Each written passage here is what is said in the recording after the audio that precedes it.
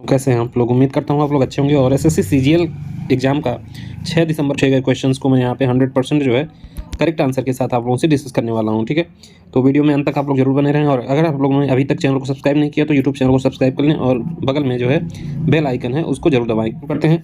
पहला क्वेश्चन क्या है? Who is the present vice president of NITI Aayog? ठीक है, वर्तमान में नीति आयोग के उपाध्यक्ष कौन है? ठीक है, तो इस क्वेश्चन का आपका आंसर क्या हो जाएगा? सुमन बेरी। और ये किसकी जगह पे अपॉइंट हुई हैं? तो ये राजीव कुमार जो है इनकी जगह पे सुमन बेरी को जो है उपाध्यक्ष नियुक्त किया गया है। और अगर बात करें नीति आयोग के सीईओ की तो ये है परमेश्वरन अय्यर। ठीक है, ये भी आपके एग्जाम में क्वेश्चन पूछा जा सकता है। और अध्यक्ष की बात करें तो अध्यक्ष हमेशा प्रधानमंत्री होते हैं, तो पीएम मोदी जो है नीति आयोग के अध्यक्ष हैं। और नीति आयोग कहाँ से है? तो योजना आयोग का जो है मॉडिफाइड रूप क्या है? नीति आयोग है। ठीक है, तो ये सारे इंपॉर्टेंट फैक्ट हैं आप लोगों का नीति आयोग से रिलेटेड। ठीक है, next, what is the formula of washing soda? ठीक है, जिसको हम धोवन सोडा भी कहते हैं, तो धोवन सोडा का फार्मूला क्या होता है? ठीक है, तो वॉशिंग सोडा एक रासायनिक यौगिक है जिसका फार्मूला क्या होता है? Na2CO3। ठीक है, Na2CO3 इसका फार्मूला होता है। और इसको हम क्या कहते हैं?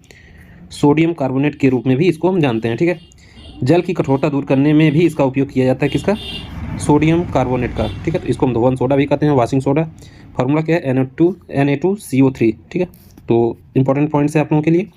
और कुछ इंपॉर्टेंट केमिकल यौगिक यानी रासायनिक यौगिक के जो है सामान्य नाम और केमिकल फार्मूला हम लोग यहाँ पे देखने वाले हैं। तो सोडियम बाइकार्बोनेट को हम क्या कहते हैं? बेकिंग सोडा कहते हैं। और इसका केमिकल फार्मूला क्या होता है? NaHCO3। ठीक है, फिर यहाँ पे ब्लीचिंग पाउडर का फार्मूला क्या होता है?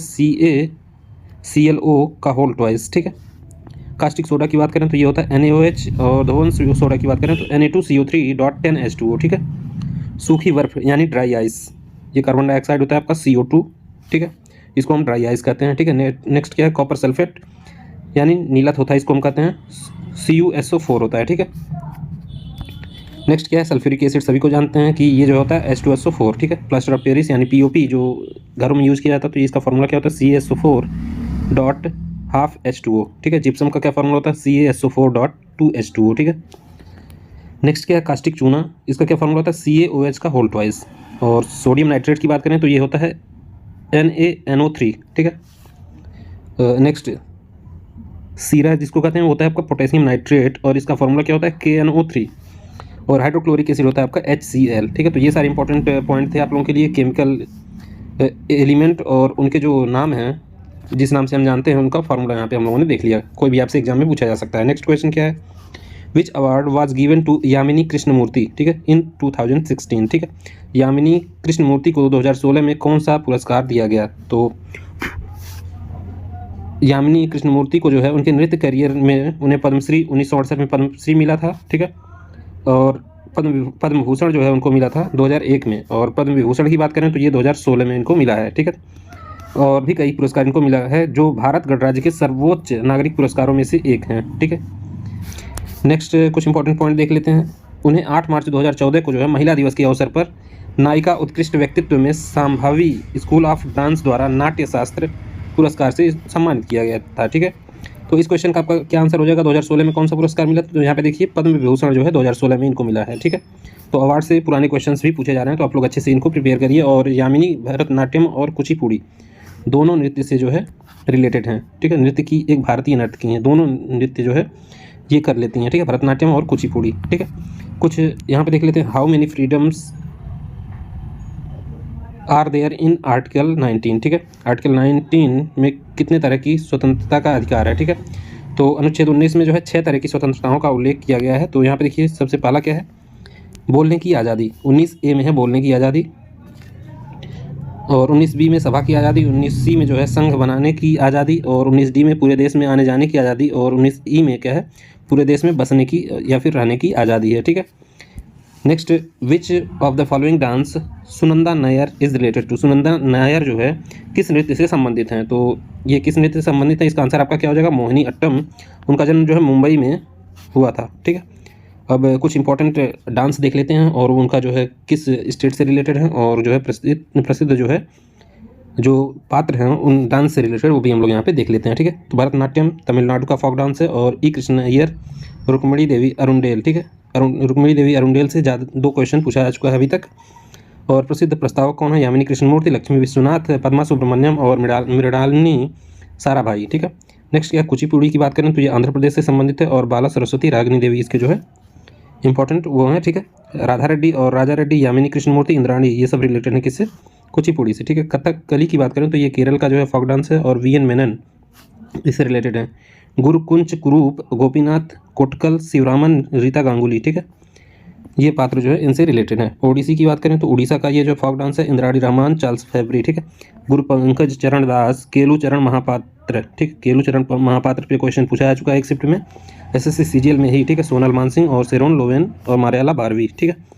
तो ये सारे इंपॉर्टेंट डांस हैं, आप लोग याद रख लीजिए क्योंकि कोई भी आपसे क्वेश्चन में पूछा जा सकता है, ठीक है। नेक्स्ट, बैडमिंटन में ब्लैक कार्ड किससे संबंधित है, तो जब किसी खिलाड़ी को ब्लैक कार्ड मिलता है तो खिलाड़ी पूरी चैंपियनशिप या फिर टूर्नामेंट के लिए अयोग्य यानी डिस्क्वालीफाइड हो जाता है, ठीक है। तो ये इंपॉर्टेंट क्वेश्चन है और स्पोर्ट्स से रिलेटेड क्वेश्चंस पूछे जा रहे हैं, ठीक है। जनगणना से एक क्वेश्चन तो पक्का ही पूछा जा रहा है, कुछ भी, चाहे लिटरेसी की बात कर लें, चाहे लिंग अनुपात की बात करें, जनसंख्या की बात करें, पॉपुलेशन डेंसिटी की बात करें, तो कोई ना कोई एक क्वेश्चन आपका पूछा जा रहा है। तो यहाँ पे देखिए 2011 की जनगणना के अनुसार भारत का बाल लिंगानुपात क्या रहा था, ठीक है। तो 2001 की जनगणना में भारत का बाल लिंगानुपात कितना था, 927 था। इसका मतलब क्या है, 1000 मेल चाइल्ड पे कितने 927 जो है फीमेल चाइल्ड थी, ठीक है। नेक्स्ट क्या है, 2011 की जनगणना में ये घटकर कितना हो गया, 919 हो गया, मतलब 1000 मेल चाइल्ड पे कितने 919 फीमेल चाइल्ड केवल रह गई, ठीक है। तो ये इंपॉर्टेंट फैक्ट है आपका 2001 की जनगणना से और 2011 की जनगणना से, ठीक है। Next, mango sours related to which state, mango sour जो होता है ये किस स्टेट से रिलेटेड है, आम्र वर्षा कौन से राज्य में होती है, तो ये होता है केरल में और कर्नाटक के तटीय क्षेत्रों में गर्मियों के अंत में होने वाली मानसून से पहले की वर्षा को हम क्या कहते हैं, आम्र वर्षा के रूप में जाना जाता है, ठीक है। नेक्स्ट क्वेश्चन क्या है, who is responsible for implementation of law and policies, कानून और नीतियों के कार्यान्वयन के लिए कौन जिम्मेदार है, ठीक है। तो एग्जीक्यूटिव यानी कार्यपालिका सरकार का वह अंग है जो विधायिका द्वारा बनाए गए कानून के कार्यान्वयन के लिए उत्तरदायी है, तो कौन है ये, कार्यपालिका, ठीक है। तो करेक्ट आंसर क्या हो जाएगा, कार्यपालिका जिम्मेदार है उसके लिए।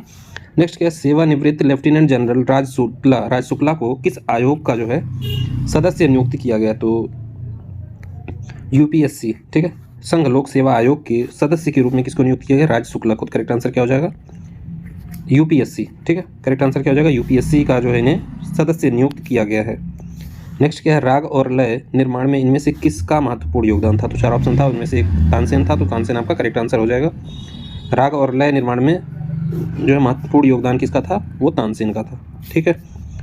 नेक्स्ट क्वेश्चन क्या है, which metal is not a good conductor of electricity, बिजली का अच्छा सुचालक नहीं है। तो अगर हम बात करें सुचालक की कंडक्टर की, तो सबसे ज़्यादा होता है सिल्वर का, ठीक है, फिर कॉपर होता है, फिर एल्युमिनियम आता है, ठीक है। तो ये सबसे ज़्यादा कंडक्टर होते हैं, नंबर 1 पे सिल्वर है, चांदी, फिर तांबा, फिर एल्युमिनियम आपका होता है, ठीक है। और कुचालक की बात करें तो रबर जो है आपका एक इंसुलेटर है, जैसे सूखी लकड़ी है वो भी इंसुलेटर है। तो इसमें क्या है कि rubber being an insulator is not a good conductor, यानी कि ये सुचालक नहीं है इलेक्ट्रिसिटी का, ठीक है। करेक्ट आंसर क्या हो जाएगा, रबर। नेक्स्ट क्वेश्चन क्या है, वर्नाकुलर प्रेस एक्ट कब पारित हुआ था, तो अंग्रेज सरकार द्वारा भारत में सन 1878 में देसी प्रेस अधिनियम यानी वर्नाकुलर प्रेस एक्ट पारित किया गया ताकि भारतीय भाषाओं की पत्र पत्रिकाओं पर और कड़ा नियंत्रण रखा जा सके, ठीक है। उस समय जो कौन था, वो लिट्टन भारत का वायसराय था, ठीक है। लाड लगाना छोड़ दिया जाए, ठीक है, इनके सामने लाड मत लगाइए, ठीक है। लिट्टन भारत का वायसराय था। और अगर आप लोगों को वीडियो इन्फॉर्मेटिव लगे तो यूट्यूब चैनल को जरूर सब्सक्राइब करें। यहाँ पे देखिए 1881 में जो है वर्नाकुलर प्रेस एक्ट को रिपन ने निरस्त कर दिया था, ठीक है, हटाओ इसको, रिपन ने इसको जो है निरस्त कर दिया था 1881 में। लगाया कब गया था, 1878 में, 1881 में जो है इसको निरस्त कर दिया गया था। अब बात आती है सरोजनी नायडू की। सरोजनी नायडू किस कांग्रेस अधिवेशन की अध्यक्ष थी, तो वह जो भारतीय राष्ट्रीय कांग्रेस की पहली भारतीय महिला, ठीक है। अगर ये लिखा गया था कि भारतीय महिला, अगर भारतीय महिला नहीं रहता तो इसका आंसर हो जाता है एनी बेसेंट, लेकिन यहाँ क्या लिखा है, भारतीय महिला अध्यक्ष कौन थी, तो ये सरोजनी नायडू थी, ठीक है। और ये जो है 1925 में कानपुर अधिवेशन में जो है भारतीय राष्ट्रीय कांग्रेस की अध्यक्ष बनी थी एक बार। और मैं आपको बता दूं, अगर पहली महिला अध्यक्ष की बात करता हूँ तो इसका आंसर हो जाता एनी बेसेंट, लेकिन यहाँ पे क्या है, पहली भारतीय महिला अध्यक्ष, तो ये कौन हो जाएंगी, सरोजनी नायडू, ठीक है। नेक्स्ट क्या है, उन्हें कविता लेखन के क्षेत्र में उनके योगदान के लिए जो है नाइटिंगेल ऑफ इंडिया का खिताब दिया गया था, तो ये भी इंपॉर्टेंट क्वेश्चन है, पूछा जाता है कि नाइटिंगेल ऑफ इंडिया किसको कहा जाता था। नेक्स्ट क्या है, उन्हें जो है भारत कोकिला भी कहा जाता था, ठीक है, ये भी इंपॉर्टेंट क्वेश्चन है। Economic sensitive zone cover area आपसे पूछा जा रहा है कि economic sensitive zone cover area कितना होता है, ठीक है। तो वन्य जीव संरक्षण रणनीति 2002 के प्रावधान के अनुसार एक ESZ यानी इकोनॉमिक सेंसिटिव जोन एक संरक्षित क्षेत्र के आसपास 10 किलोमीटर तक जा सकता है, ठीक है। मान लीजिए संरक्षित क्षेत्र है तो इसके हर डायरेक्शन में 10 किलोमीटर तक जो है ESZ संरक्षित क्षेत्र बनाया जा सकता है, ठीक है। नेक्स्ट क्या है क्वेश्चन, डेफिनेशन ऑफ प्लेट्यू यानी पठार का क्या डेफिनेशन है।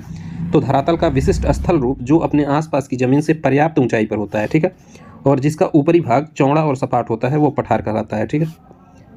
तो यहाँ पे देखिए धरातल का विशिष्ट स्थल रूप जो एक विशिष्ट ऊंचाई पर होता है और ये क्या होता है फ्लैट होता है, चौड़ा और सपाट होता है, उसको हम क्या कहते हैं पठार कहते हैं, और पठारी प्लेट्यू है, ठीक है।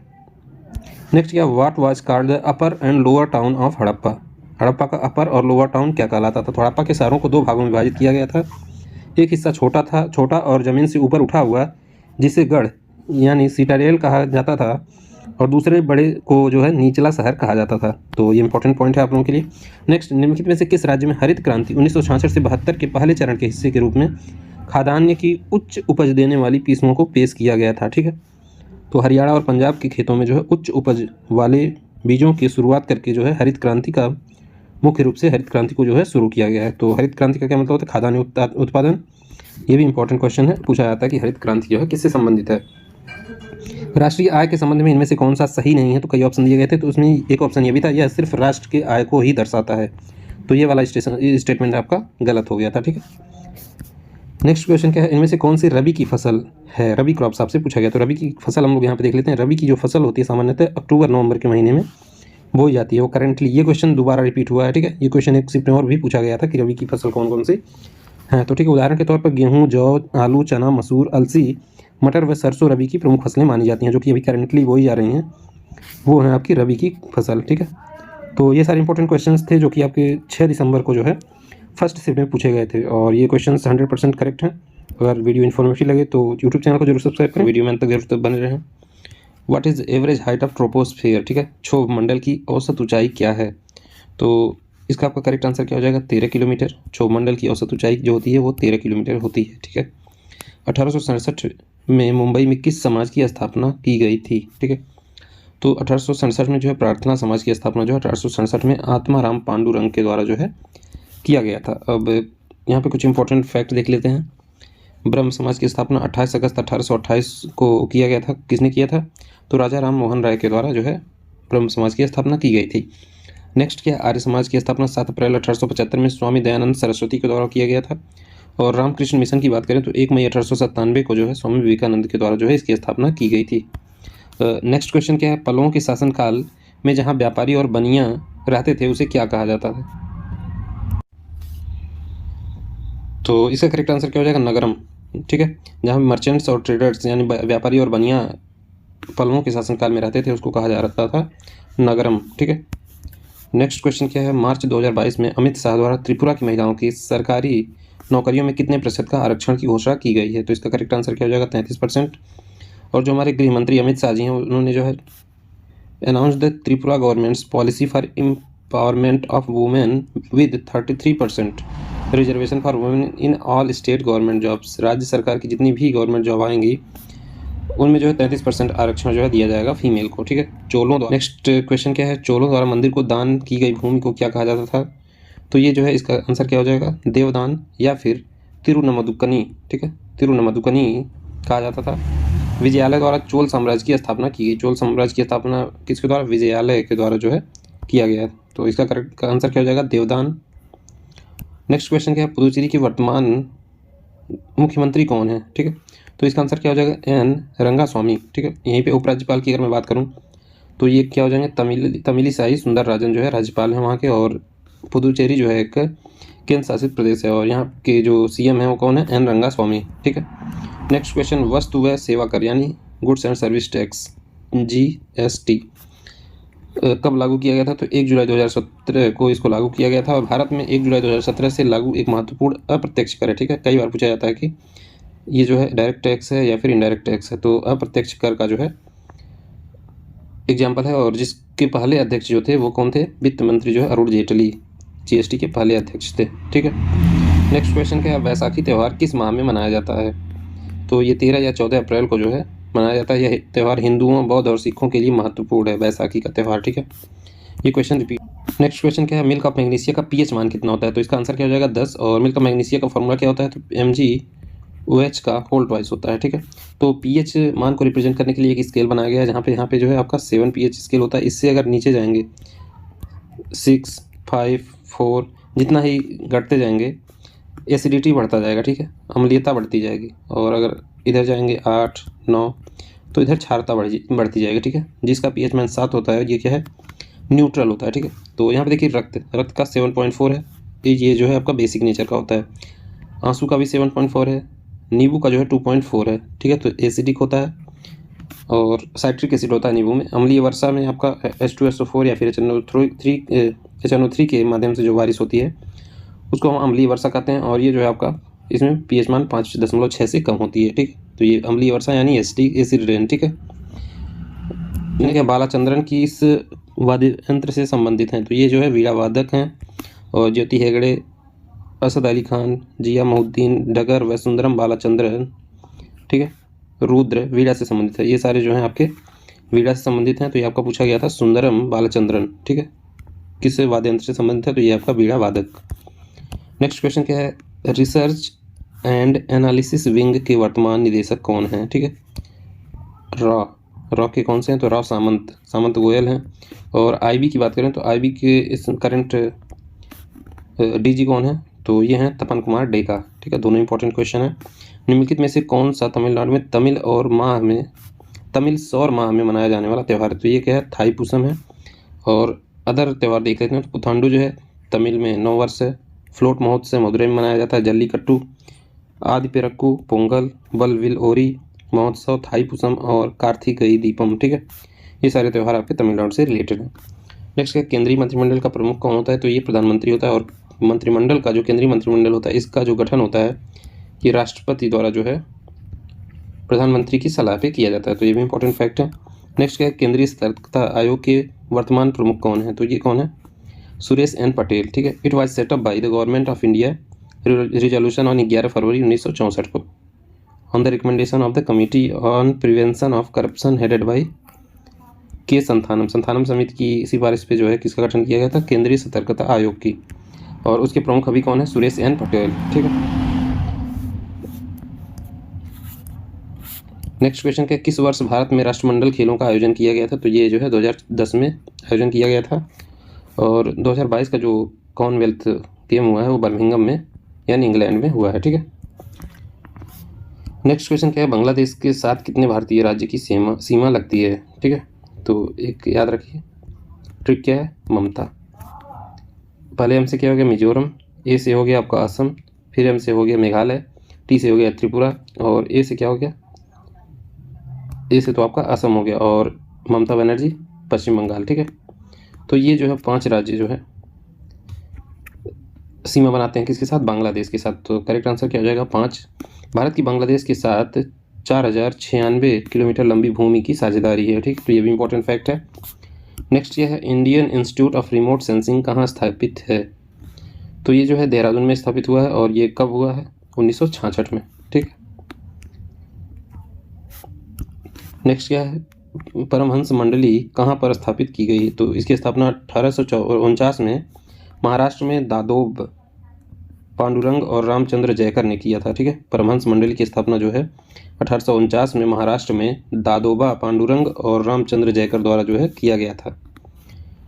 नेक्स्ट क्वेश्चन क्या है, वर्ष 2022 में किस गायक को पद्म श्री पुरस्कार से सम्मानित किया गया है? तो इसका करेक्ट आंसर क्या हो जाएगा, सोनू निगम। और 2022 में टोटल कितने 128 लोगों को जो है पद्म पुरस्कार दिया गया था, जिसमें 107 जो है पद्मश्री अवार्ड था और 17 पद्म भूषण और 4 जो है लोगों को पद्म विभूषण दिया गया है। तो इन 107 में से कौन थे? एक सोनू निगम। और ये क्या है कि ये जो है सिंगर हैं। तो करेक्ट आंसर क्या हो जाएगा, सोनू निगम। तो ये सारे क्वेश्चन आपके पूछे गए थे 6 दिसंबर को सेकंड शिफ्ट में। और ऐसे इंपॉर्टेंट वीडियोज़ के लिए यूट्यूब चैनल को सब्सक्राइब कर लें। Thank you.